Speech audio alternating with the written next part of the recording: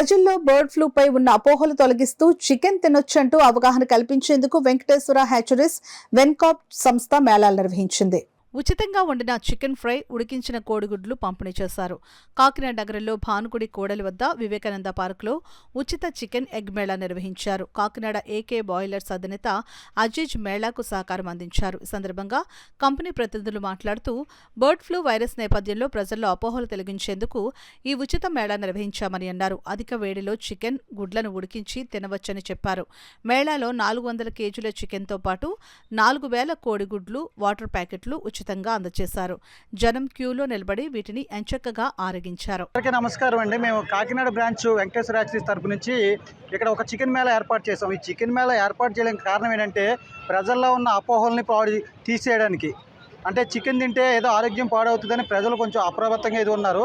ఆ అప్రమత్తం నుంచి కొంచెం మంచిగా చికెన్ పంచి పెడుతున్నామండి. చికెన్లో మనం ఇక్కడ చికెన్ మేళా పెట్టడానికి చికెన్ కోడిగుడ్డులు, చికెన్ పకోడీ, చికెన్ లాలీపాప్ మనం పంచిపెడుతున్నాం. అంటే మన దేశవ్యాప్తంగా మన కంపెనీస్ అన్ని, మన బ్రాంచెస్ అన్నింటిలోనే ఇలా చేస్తున్నామండి. మన దేశవ్యాప్తంగా మన వెంకటేశ్వర హ్యాచరీస్ కంపెనీస్లో అన్ని బ్రాంచుల్లోనే మనం ఇలా చికెన్ మేళ ప్రదర్శిస్తున్నాం. ఇప్పుడు ఆంధ్రప్రదేశ్, తెలంగాణలో మాత్రం 280 స్టాళ్ళు పెట్టామండి.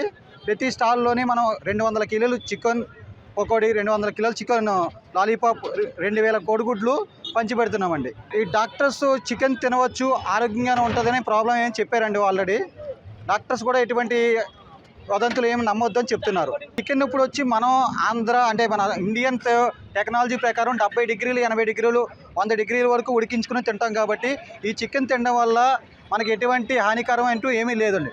చికెన్ తినవచ్చు, ఆరోగ్యంగానే ఉండవచ్చు అండి. ఇబ్బంది అయితే ఏమీ లేదు.